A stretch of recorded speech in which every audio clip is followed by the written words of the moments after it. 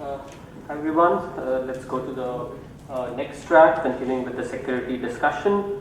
We have a secure network protocol designed by Mohit. Mohit will be talking about the recent attacks on network security protocols like Selfie attack and Misbinding attack. So it will be like something that's been in the news lately, and we'll hear directly from Mohit. And basically moving towards what kind of update that we need to do with the internet threat model. This is something that's been getting discussed in IETF as well, and I hope that this conversation will continue in 106. A few words about Mohit. Mohit is a senior researcher at Ericsson. He has a postdoc at Aalto University in Finland. He is chairing two working groups in the IETF, the LWIG working group, which is the Lightweight Implementation Guidance, and the EMU working group, which is EAP Method Update. And both are related to IoT and pretty, I think, interest of a lot of people. So we have Mohit here. Let's get on with your presentation. Can you hear me? Yeah. Okay. So, good afternoon. Basically, I'm standing between you and coffee, so I hope you can bear me for the next 1 hour, approximately 1 hour. I had initially planned to cover these Selfie attacks and the evolution of the internet threat model, but I'm not sure if I will have enough time. Let's see. So, before I begin, I must say that a lot of this material is based on my colleague's presentation, who is Thomas Aura. So Drew already introduced me. I still have one quick slide. I work as a senior researcher at Ericsson Research in Finland. I've been there for 7.5 years.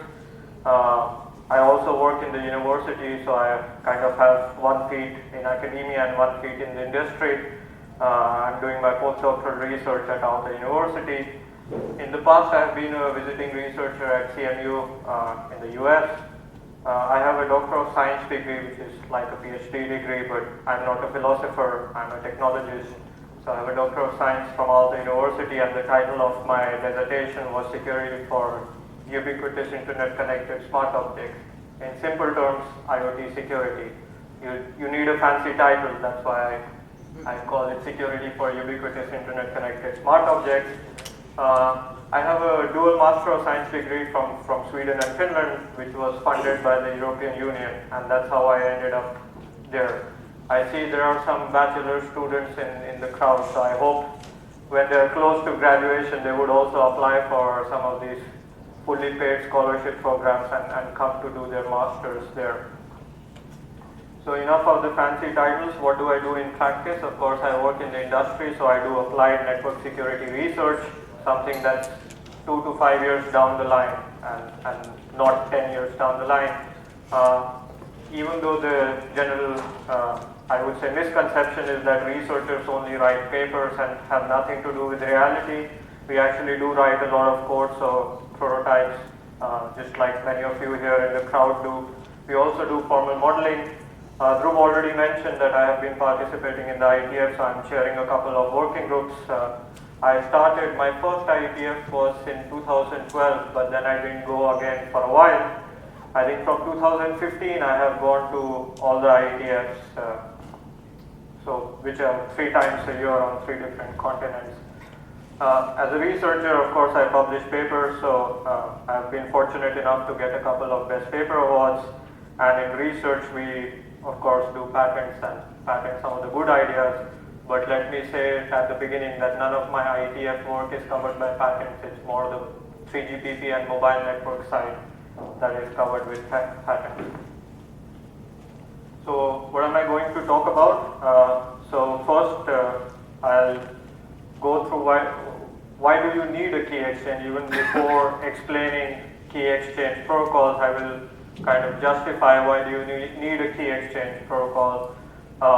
Then we'll look at the basics of Diffie-Hellman key exchange, and this is kind of the basic fundamental building block of all security protocols you use on the internet today. So Diffie-Hellman is part of TLS, it's part of IPsec, including IPNOO, which is something I have worked on. So I'll try and explain Diffie-Hellman key exchange. We'll then look at something that's called the authenticated Diffie-Hellman key exchange. Then we'll look at misbinding attacks. If there is time, we'll also look at TLS version 1.3, which Nalini mentioned about, but I will go into more details of what the headers and packets look like. I have final few slides on how to design a secure network protocol. Spoiler alert, some of my presentation would have math and crypto, so I will give you a warning and you can have a power nap. So, but not yet. I think the first part of the talk is maybe not as heavy with equations, so I hope you can stay awake for the first half of my presentation, and then I'll give you a warning when it's time to doze off. So why do you need key exchange? So, well, one of the reasons that you need key exchange is that public key computation is rather expensive, and you don't want to do it for every packet. So let's say Nalini and I want to have a secure conversation. We both have a public-private key pair. We both have certificates. We don't want to use them all the time. So what we do is we do a key exchange protocol. We derive a shared session key, and then we use this session key for encrypting and integrity protecting the traffic.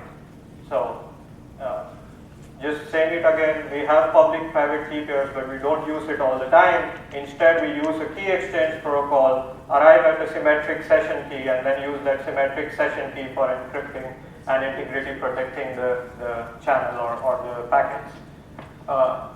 Traditionally, this has been done by symmetric encryption and then using a message authentication code for integrity protection. But now there is also AEAD ciphers, which is authenticated encryption. So you do both integrity protection and encryption at the same time.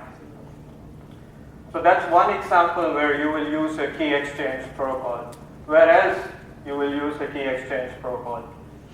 Even if Nalini and I already had a shared key, we will never use that shared key directly to encrypt and integrity protect our packets.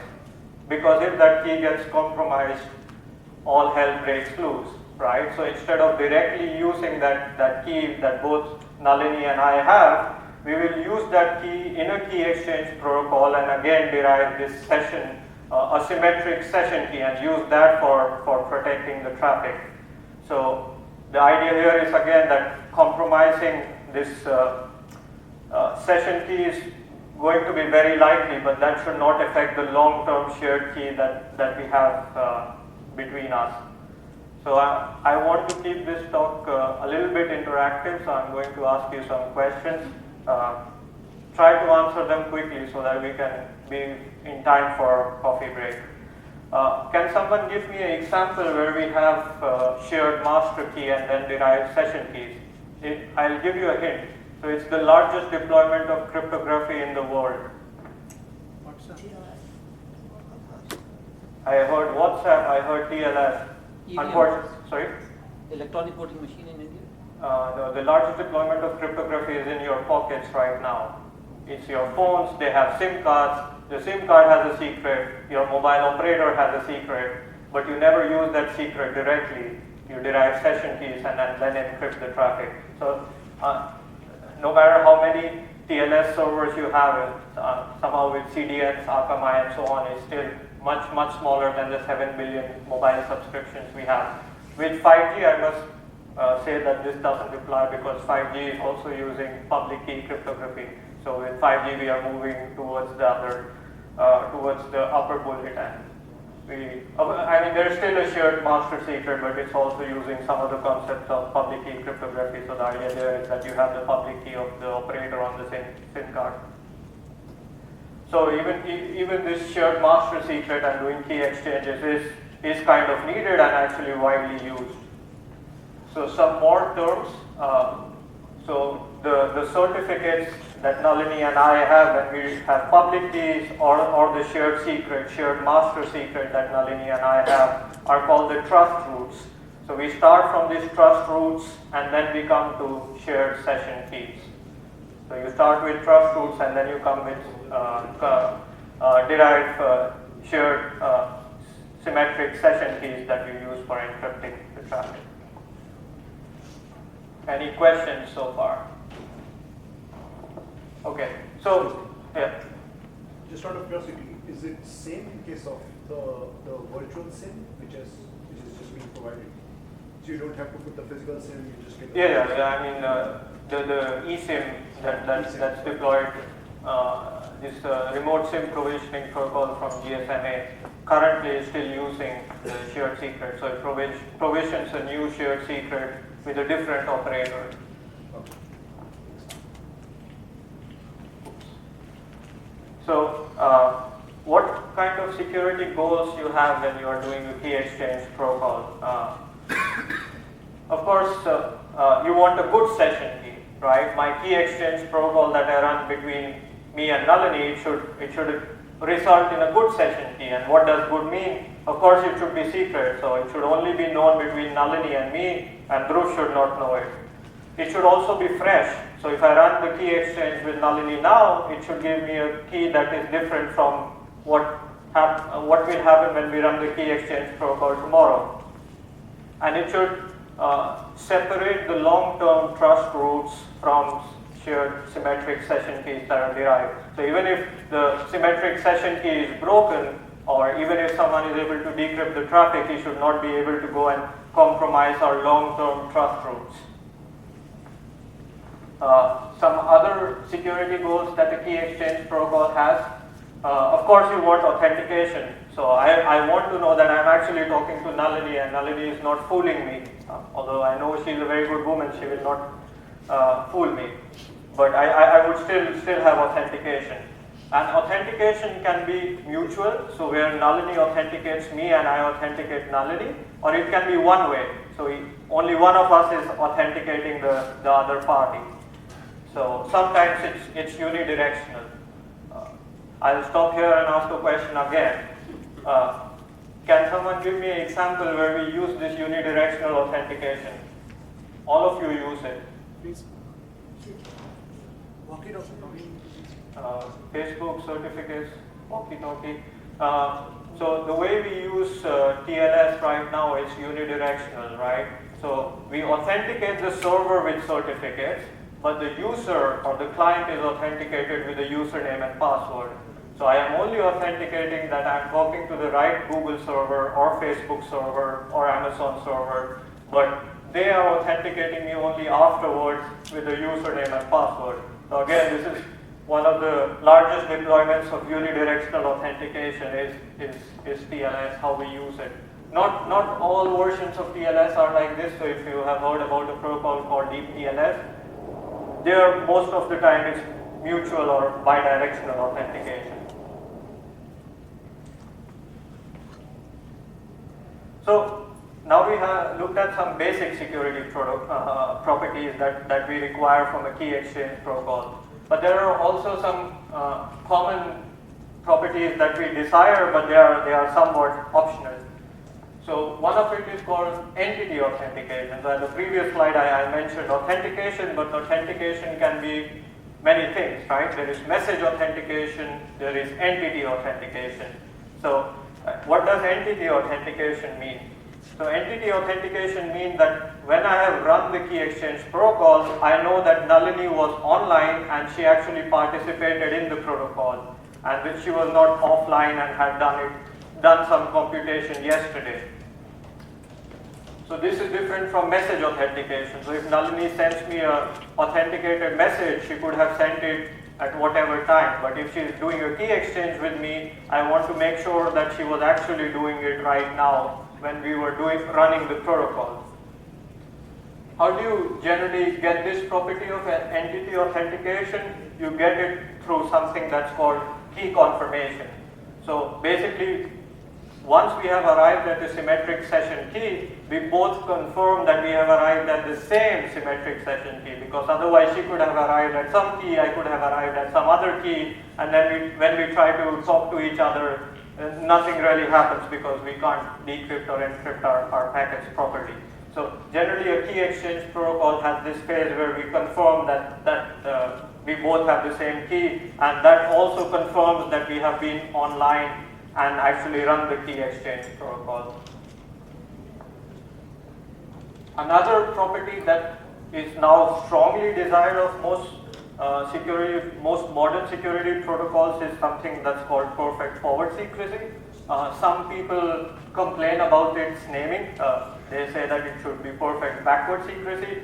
I don't care either way. The basic concept is that if today someone comes to my home and takes my laptop and is able to take all the keys inside the laptop, that person should not be able to go back and be able to decrypt all the traffic that I exchanged yesterday, day before, or in the past year.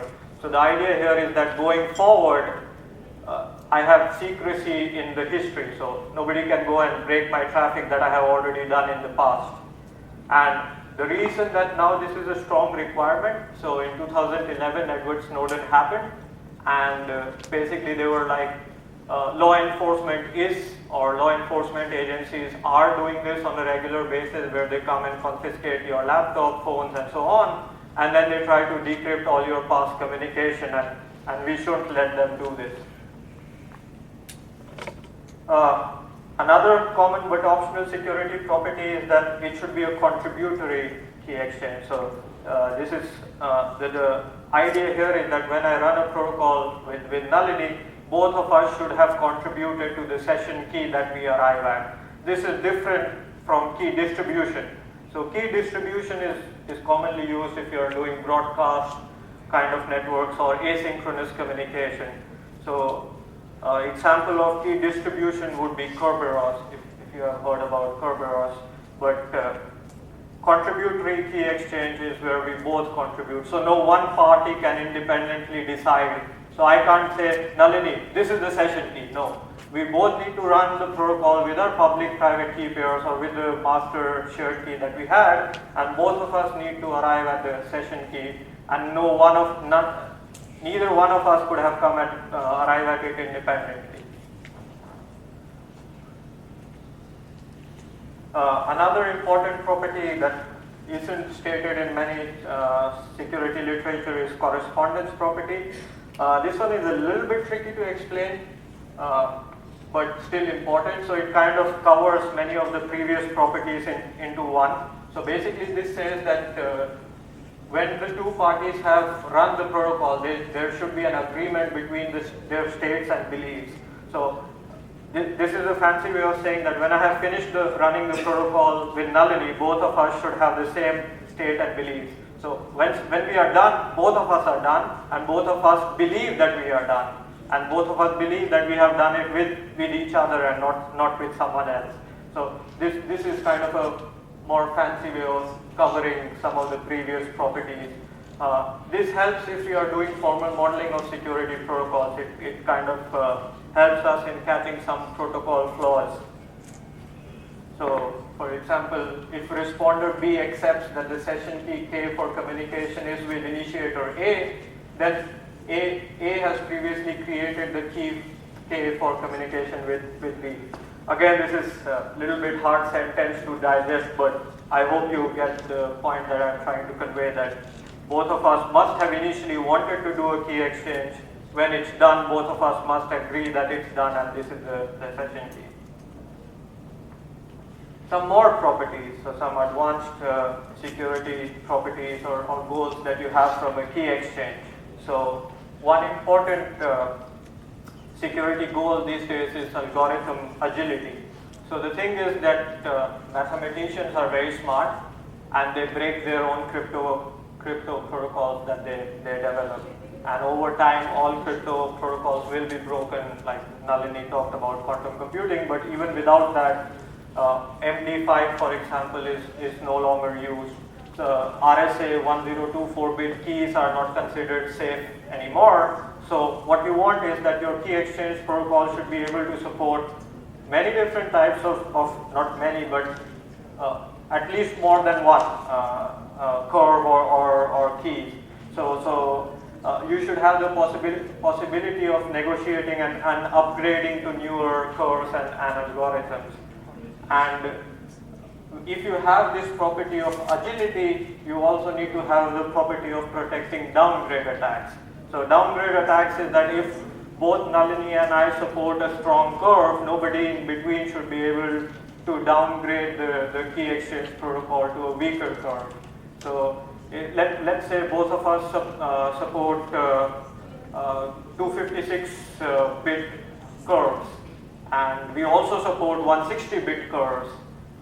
So the key exchange protocol should ensure that we always use 256-bit elliptic curves and not 128 or 160-bit, even if group tries to do something to our communication. Another important property or security goal is identity protection. So as we were discussing about privacy, these days this is becoming a stronger and stronger requirement that you want to protect identities. And you definitely want to protect identities against a passive sniffer. So if someone is, a passive sniffer is someone who doesn't interfere with the traffic but just sits and watches it. So if you are watching the communication, you are a passive sniffer, whereas an active attacker is someone who is not only watching but also injecting packets, deleting some packets, and so on. So now it's a given that any new modern security protocol must provide identity protection against passive sniffers. With active attackers, things becomes a little bit more complex. You can protect identity of one of us, but protecting identities of both of us becomes harder, because at some stage one of us has to reveal our identity, right? At some stage the server has to say that I'm a Google server, and only then maybe you go and input your username and password in Google's web page. But if there is no way, like you can't have complete identity protection in both directions.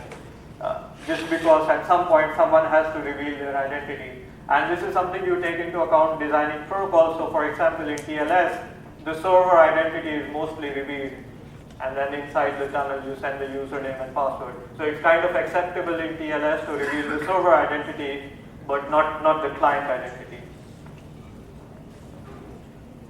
Questions so far? No. Finally, this is the last slide on some security goals. As you have seen in the last several slides, you can have so many goals from a basic key exchange protocol. So non-repudiation is not an explicit goal for network protocols, it's more for application protocols. So what this basically refers to is that there is some evidence preserved when we have run the key exchange protocol that we actually participated in this protocol. So if Nalini and I run this protocol today, she shouldn't be able to say tomorrow that no, it wasn't me, I wasn't the one who did this protocol. So that's non-repudiation. Generally, network protocols don't explicitly care about this goal. It's more like messaging apps like WhatsApp, Signal, Snapchat, and those care about this non-repudiation.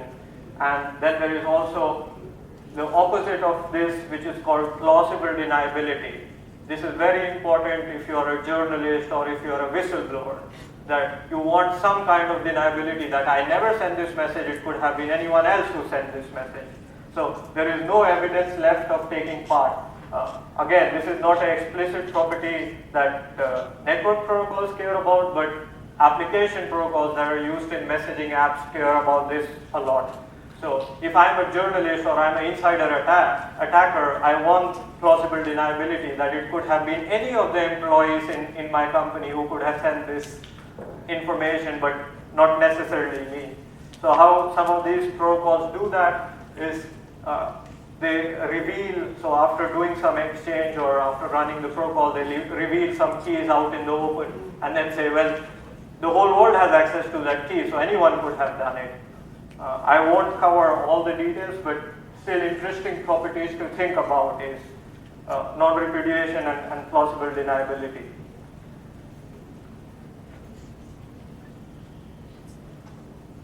I had one more slide on advanced security goals is denial of service. So you want to protect your key exchange protocol should kind of provide you protection against denial of service attacks. And there is two levels of denial of service attacks. One is protecting the people who are participating in the key exchange. right? So if Nalini and I are running a key exchange protocol, we should be protected against denial of service attacks. And then the second level is that the rest of the internet should be protected against denial of service attacks. So nobody should be able to use this protocol to amplify messages and kind of attack other servers on the internet. So basically the first bullet is referring that the participating entity should be protected against exhaustion of memory, CPU, energy, especially in IoT you hear a lot about battery consumption. And the third bullet here refers to that the protocol should not be able to, should not be used for attacking third parties. The second bullet is a little bit more complex property that many protocols actually don't solve, but is still interesting to consider. So the idea here is that if there is a denial of service attacker, you can't do much. So if there is Vinayak, who is constantly bombarding me with packets because he's evil and he constantly sends me packets, I can't do anything about it. But can my protocol recover when Vinayak goes to the bathroom? So that's something protocol designers can take care of, but they don't often do it. So it's again an interesting thing to consider when you're designing protocol is, can you eventually recover when the attacker goes away? Because at some point the attacker will go away. Questions so far? This was really my last slide on security goals, so I'll then move on to. Okay. Oops. So now, heads up, some equations, some math, time to dose off. I'll explain the basics of Diffie-Hellman protocol.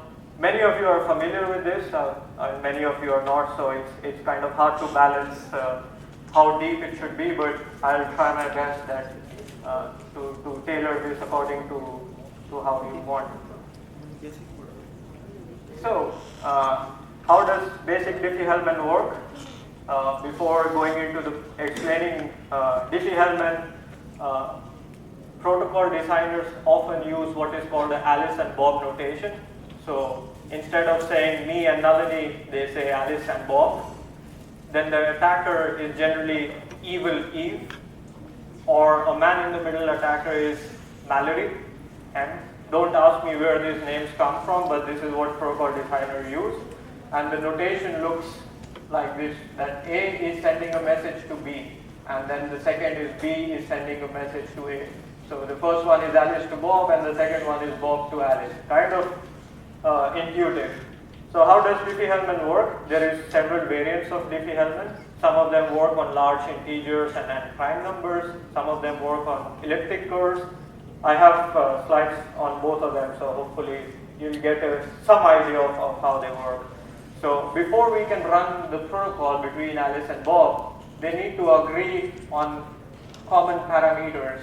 I'll have a complete slide on how do they agree on these common parameters, but they must agree on a generator G and a modulo P, which is a large prime number. And before they can begin this protocol, they must agree on these two parameters. So now let's assume that they have somehow agreed on these parameters. I know this is a big assumption, so I'll go into detail on how they can agree on this. So how does then Diffie-Hellman work? So basically A chooses a random number X and B chooses a random number Y. And for simplicity, I'm going to say that this is their private key. So A's private key is the random number X, B's private key is the random number Y. Now both of them generate their public key shares. So how do they generate public key share?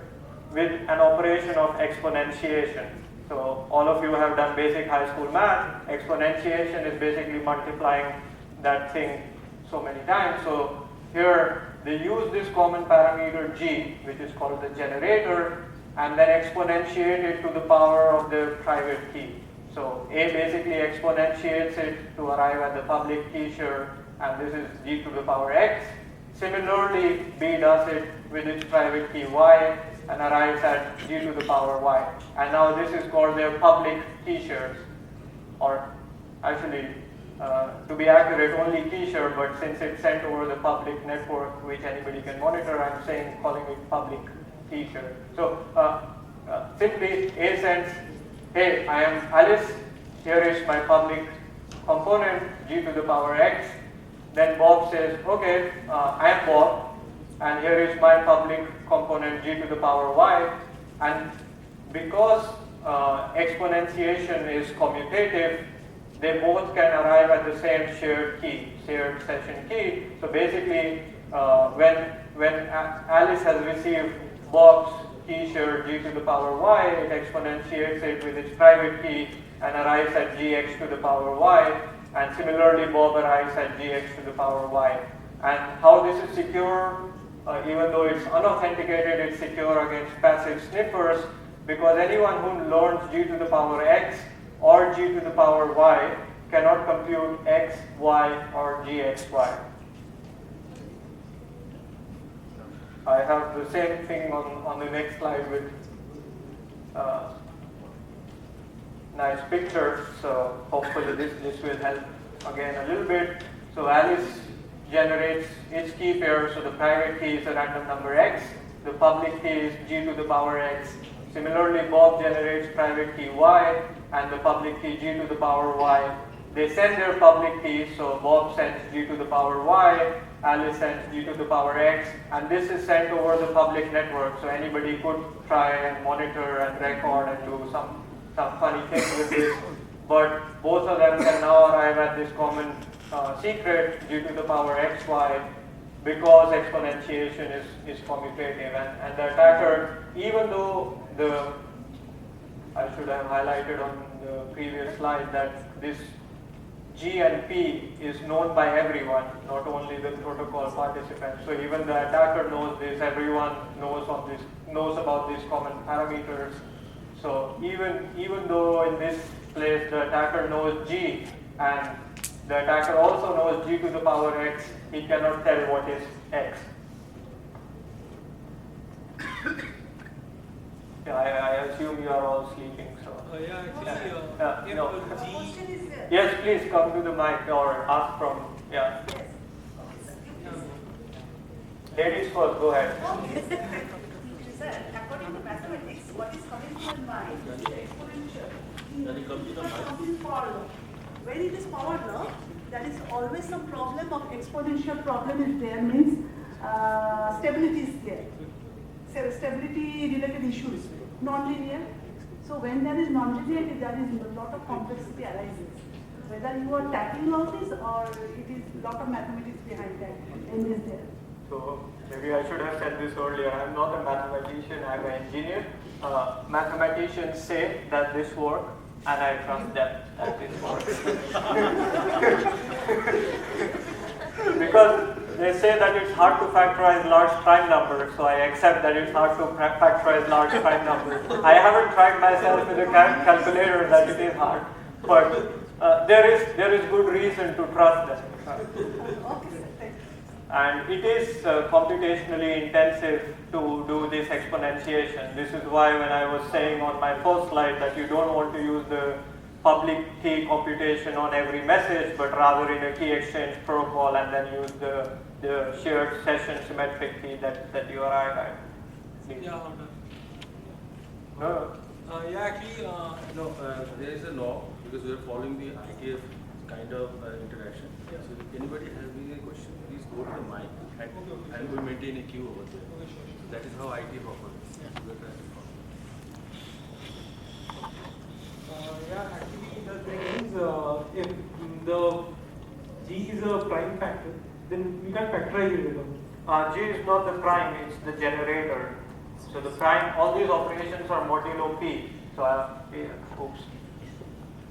So actually, G is the generator and the large prime number is P, and these operations are modulo P. So when I say G to the power X, it's actually G to the power X modulo P, and it's G to the power Y modulo P.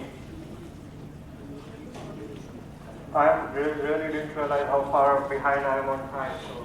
Yeah, we'll go real quick. I'll just say Real one quick. more. Yeah, real quick. It's actually, I mean, not that I want to make it complicated. It's actually more complicated than that. So I'm just gonna. You have to be very careful about what numbers you pick. You know what I mean? So anyway, that might explain Yeah. some for the mathematicians. Yeah. So, in interest of time, I didn't realize how far behind I am on my slides. We have an elliptic curve Diffie-Hellman, which is an elliptic curve variant of the same thing that you do with prime numbers and large integers.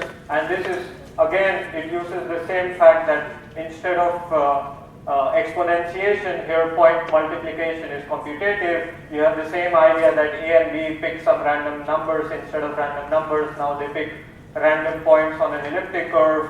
They both have agreed on certain parameters. They arrive at public components. They send these public components and derive shared session fees. Important thing is, for me as a protocol designer at the IETF, I don't care whether it's Diffie-Hellman or elliptic curve Diffie-Hellman, they are kind of interchangeable. The benefit of using elliptic curve Diffie-Hellman is the key sizes are smaller, the signatures are smaller, computations are faster. So that's why there is a trend for most modern protocols to move towards elliptic curve variant or Diffie-Hellman.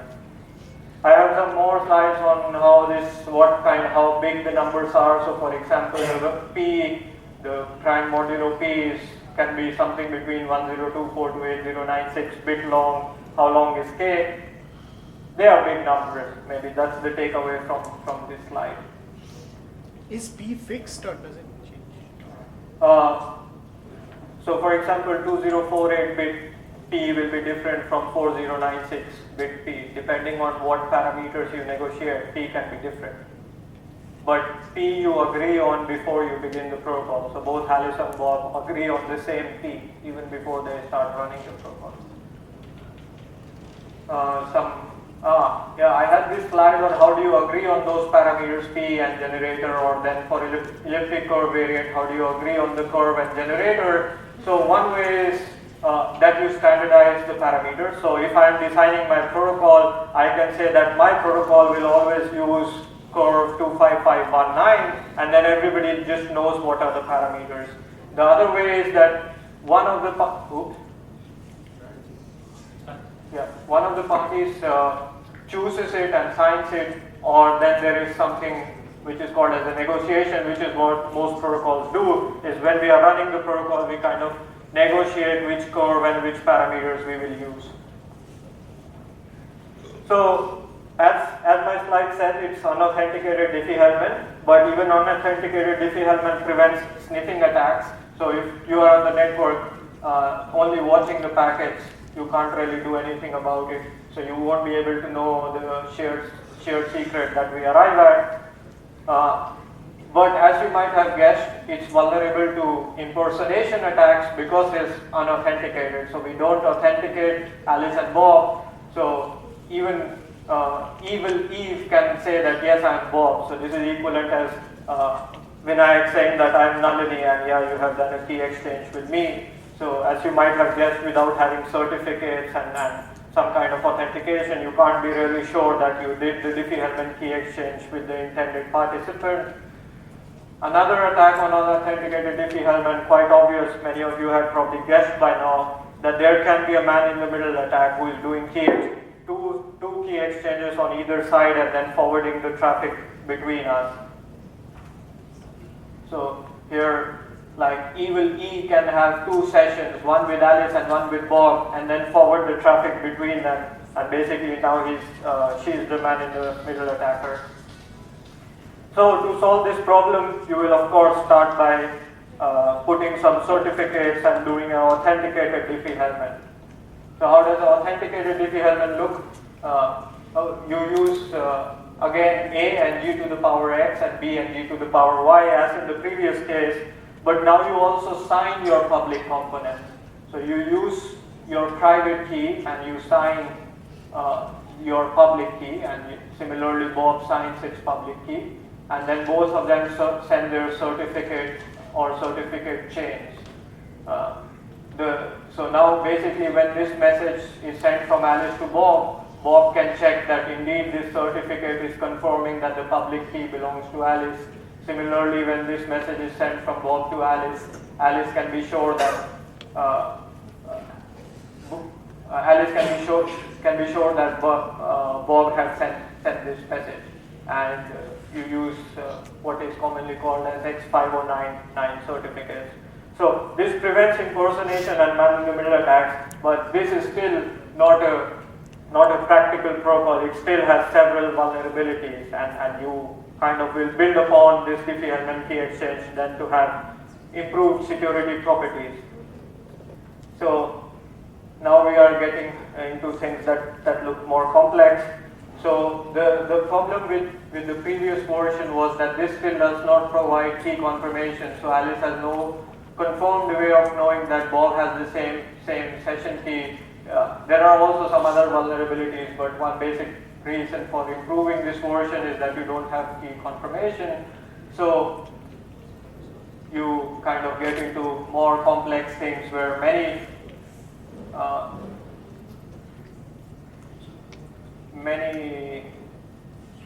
what's the word I'm now missing? Many parameters are exchanged. So now we have something that's called random nonces. So what these nonces are doing is basically they are ensuring that this protocol or this key exchange is fresh. So if we run it today, it will give us a different key than if we run it tomorrow. So these nonces are fresh random numbers. Then we have a third message. So in the previous slide, it was only two messages, one between Alice and Bob and one between Bob and Alice.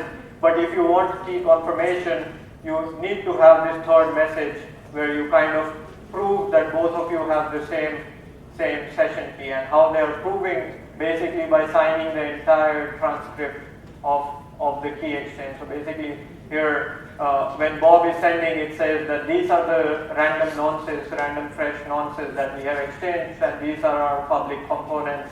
Here is my certificate. Similarly, Bob does the same. But this is still vulnerable to attacks, and I have a couple of slides on why this is vulnerable. Can someone, any questions, or can someone tell, yeah, please.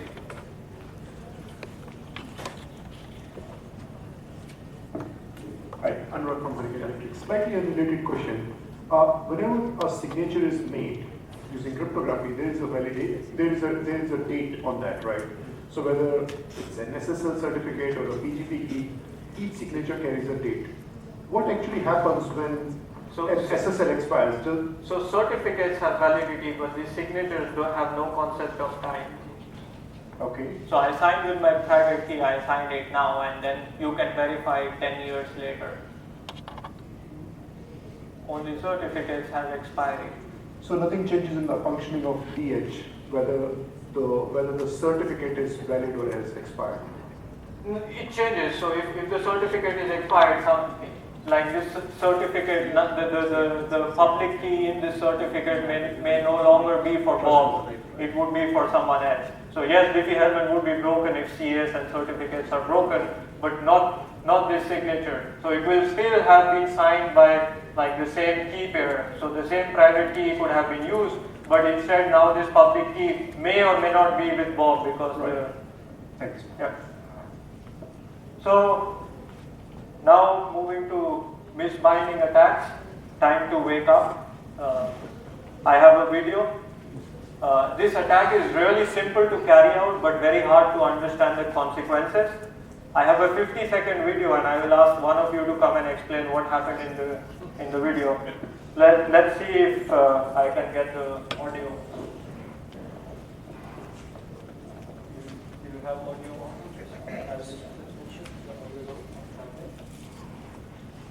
on? Please watch it. It's very short. So.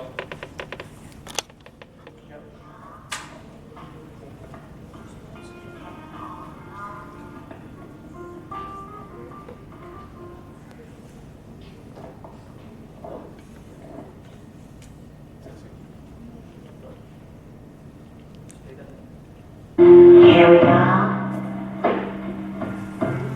Just all alone.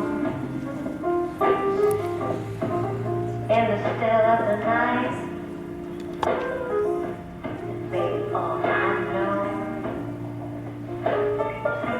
My whole heart skips a beat.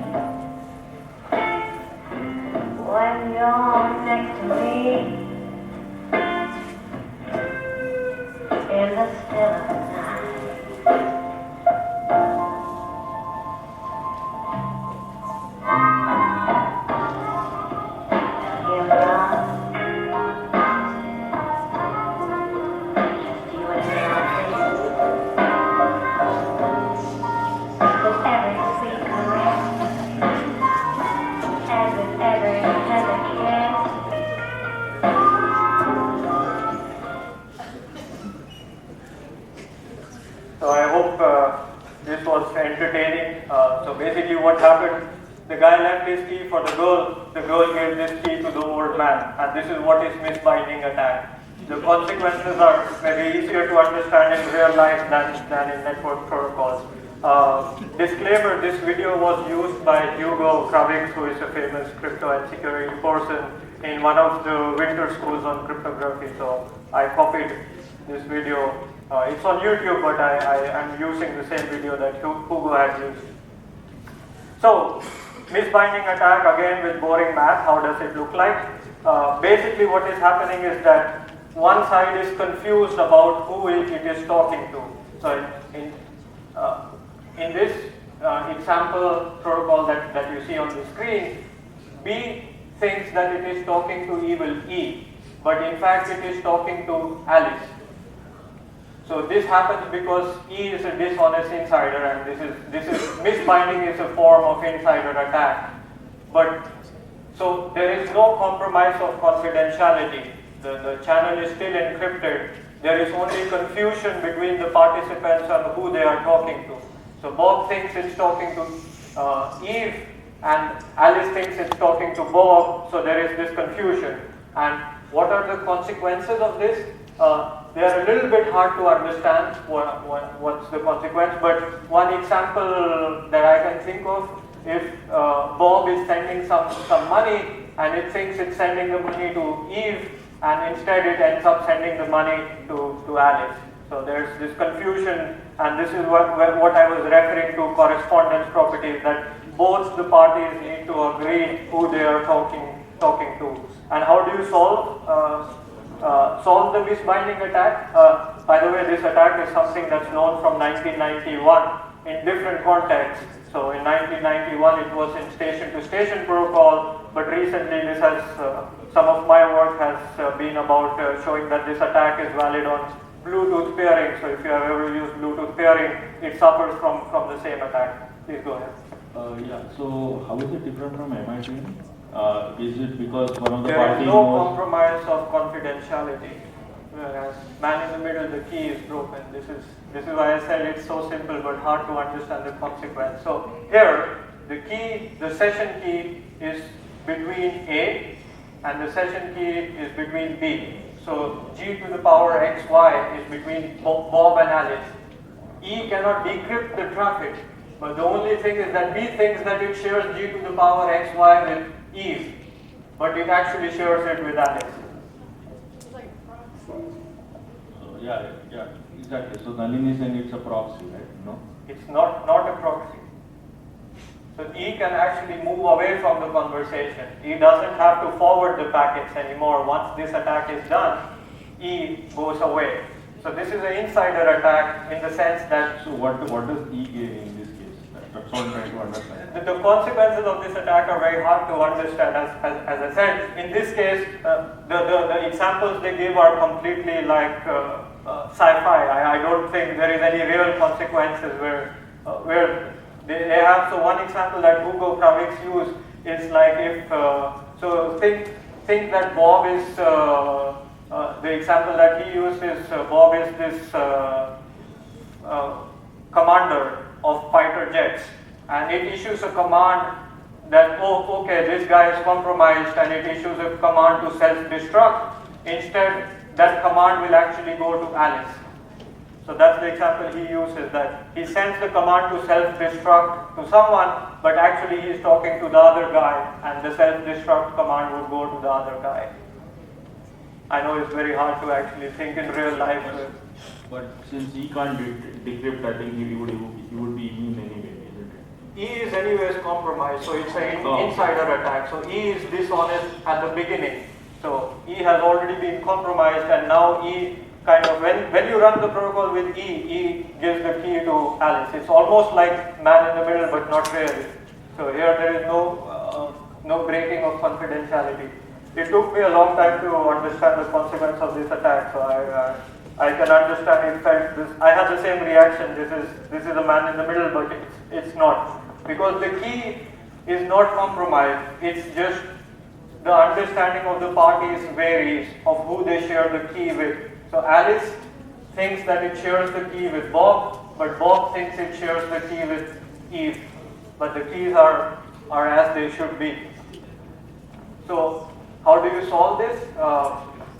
You are explicit about your identity, so instead of only signing G to the power X, Y, you also sign that I am trying to talk to Alice. So Bob will say that, hey, I am actually wanting to try to speak to Alice and not to someone else.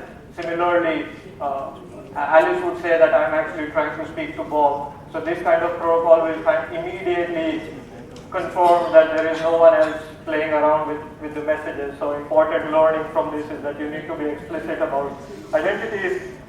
This is how it was solved for ISO protocol. There is also this sign and MAC Sigma protocol, which is the basis for ITSec and IETF. And there, it's a little bit better solution that they basically are explicit about their identity. So instead of Bob saying that I am trying to talk to Alice, Bob says that I am Bob and Alice says that I am Alice, and this makes some of the proofs better and provides a little bit better security in case the certificate authority is incompetent or compromised.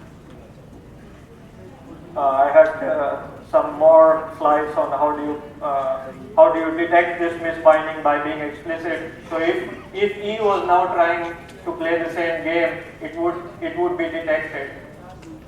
So the lesson here is that you need to be explicit about identities when you are defining protocols. To give this analogy with the video, there was no compromise of the key. The key still opens the lock of that door. It's just that the guy was expecting the goal, but now he has an old man. So no man in the middle attack. So how do we solve that problem for Diffie-Hellman protocol? How do we solve misbinding? Well, this is how now the protocol looks. As you see, it keeps getting bigger and bigger and bigger. There's more parameters in the messages, more things that you keep adding. This prevents impersonation attacks, man-in-the-middle attacks, and also misbinding attacks. So why does it look so complicated? I'll go through each of the components to kind of explain what is the purpose of each of the components. So here we have those parameters, common parameters G and P, and then the public exponents, G to the power X and G to the power Y. Then we have signatures to kind of sign the transcript and prevent any impersonation or man-in-the-middle attacks. And of course, if you want to have authentication, you need certificates. So you have certificates. Nonces here are fresh random numbers that ensure there is freshness. And then for key confirmation, you have message authentication codes. So here basically they both prove that they have agreed at the same key. I am running out of time, so some more slides. I briefly talked about this perfect forward secrecy. So you have something that is called as an ephemeral Diffie-Hellman, and ephemeral Diffie-Hellman means that you just generate the public key share components, fresh public key share components with every key exchange. And the idea is that even if the long-term keys are compromised, including your private key is compromised, you shouldn't be able to go back in the past and break the encryption or derive the shared session key. And there is both ephemeral Diffie-Hellman and ephemeral elliptic curve Diffie-Hellman. And the idea is pretty simple, that you have nonces and then you have fresh G to the power X and G to the power Y. If you are generating fresh G to the power X and G to the power Y with every key exchange, nonces are actually not absolutely necessary, but as a good protocol designer, it's anyways nice to have them, because freshness for nonces provide freshness for authentication and session key, whereas the fresh Diffie-Hellman components are for perfect forward secrecy. I'll take two more minutes to go through this and then finally finish off. So this protocol, I was planning to ask you whether these properties are provided and what kind of properties are provided, but I will answer it. So yes, the session key with this protocol is secret and it's fresh. Authentication is bidirectional or mutual because both the parties are sending their certificates and signing the messages. It does provide perfect forward secrecy if these components are fresh and with every execution of the protocol. It is a contributory key exchange because both the public components are being used and both of them are contributing to the protocol. There is downgrading protection because these parameters are in the signature, so an attacker cannot just go and change them without being detected. No identity protection because certificates are sent in the clear. Non-repudiation kind of to some extent because you have signed this message, but not really because you could have signed this message 1 year ago. There is no way of telling, or there is no concept of time here. Plausible deniability, again, to some extent because you can always say that this message was signed 1 year ago. Denial of service resistance to some extent because the second message is not any bigger than the first message, so there is no real possibility of amplification. Unfortunately, I'll have to skip a lot of the slides because I'm out of time, so I was going to cover TLS 1.3. So yeah, how to design secure protocols? Don't, because you and I will most likely get it wrong. So this was perhaps the takeaway that designing secure protocols is insanely complex. You are better off using something that's already been designed. So perhaps the takeaway is reuse well understood solutions like TLS. Avoid designing your own protocols. If you cannot afford strong standard cryptographic algorithms, better avoid using cryptography at all. So if someone comes, my IoT device is really small, I cannot do TLS, don't do any security. Thank you.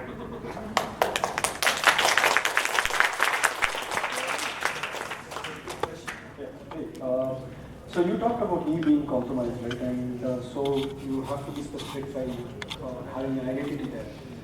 What if E actually changes the identity and forwards it to A? Is that something possible, or what kind of compromise it is?